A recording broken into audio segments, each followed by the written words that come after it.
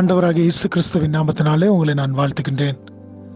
மறுபடியுமாய் ஒரு புதிய நாளுக்குள்ளாய் நானும் நீங்களும் பிரவேசிக்கும்படியாக இந்த நாளின் காலை வேளையிலும் கூட ஆண்டவருடைய சமூகத்தில் வந்து அவருடைய நாமத்திற்கு நாம் மகிமையையும் துதிகளையும் ஸ்தோத்திரங்களையும் ஏறெடுக்கும்படியாய் அவருடைய நாமத்திற்குரிய கனத்தை நாம் செலுத்தும்படியாக நமக்கும் அவர் ஜீவனை தந்து இந்த நாளை காணும்படியாக கிருபை பாராட்டியிருக்கின்றார்.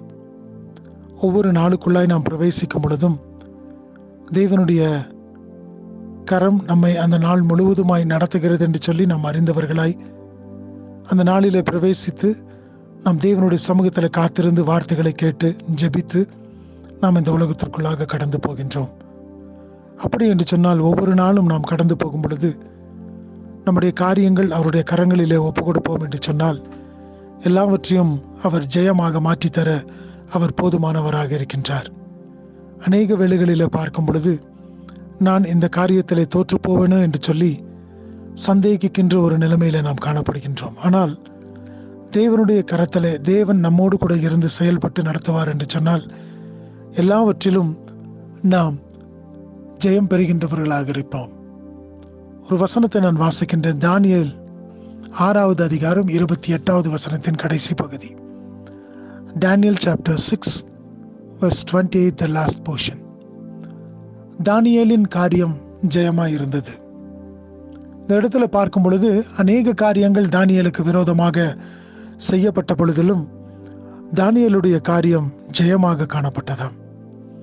ஏன் இப்படிப்பட்ட ஒரு ஜெயம் என்று சொன்னால், தானியேல் தான் ஆராதித்த தேவனை கைவிட்டு விடாதபடிக்கு அல்லது அவரை விட்டு விலகாதபடிக்கு அவரை 3 வேளையும் ஆராதிக்கின்ற ஒரு மனிதனாக, 3 வேளையும் அவரை நோக்கி பார்க்கின்றவராய், எல்லா சூழ்நிலைகளிலும் அவரை சார்ந்து கொண்ட ஒரு அனுபவத்தை உடையவராய் காணப்பட்டபடியினாலே தானியேலின் காரியங்கள் ஜெயமாய் காணப்பட்டதாம்.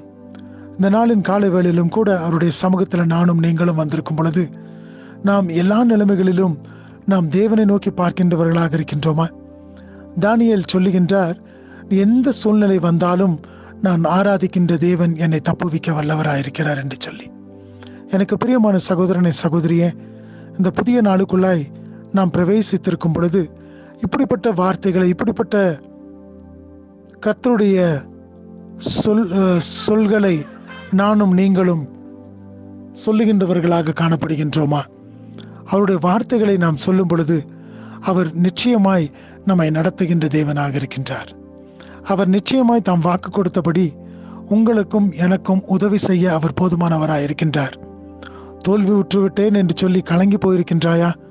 அல்லது இந்த காரியத்தில் நான் எப்படி ஜெயத்தை பெற்றுக்கொள்ள முடியும் என்று சொல்லி பயந்திருக்கின்றாயா? நீ செய்ய வேண்டியதெல்லாம் ஒன்று மாத்திரமே. தானியேலுடைய காரியம் ஜெயமாய் காணப்பட்டது. ஏனென்று சொன்னால் கர்த்தரோடு கூட அவர் இசைவாய் இணைக்கப்பட்டிருந்தார். கர்த்தரோடு கூட அவர் தம்மை உகந்தவராக காணக்கூடிய ஒரு வாழ்க்கையை வாழ்ந்தவராக இருந்தார். ஆகினால் தானே இப்படிப்பட்ட ஒரு ஜெயத்தை பெற்றுக்கொண்டார். எனக்கு பிரியமான சகோதரனை சகோதரியே, இந்த நாளின் கால வேளையிலும் கூட வந்திருக்கும் பொழுது அவருடைய கரங்களில் நம்மை ஒப்பு கொடுப்போமா?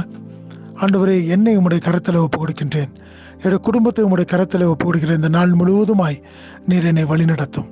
நீர் நடத்தக்கூடிய காரியங்கள் எல்லாவற்றையும் நான் பார்க்கும் பொழுது அவைகள் ஜெயத்திற்காய் காணப்படுகிறது என்று சொல்லி நான் விசுவாசிக்கின்றேன். இந்த நாளையும் கூட உம்முடைய கரங்களிலே ஒப்பு கொடுத்து நான் முன்னேறி செல்லும் பொழுது எல்லா காரியத்தையும் வாய்க்க செய்ய நீர் போதுமானவராயிருக்கின்றீர். ஆகினாலே இந்த நாளையும் எனக்கு ஆசீர்வதித்து தாரும் என்று சொல்லுவோமா? கர்த்தர் தாமே இந்த நாளை நமக்கு ஆசீர்வதித்து தருவாராக. ஆமென்.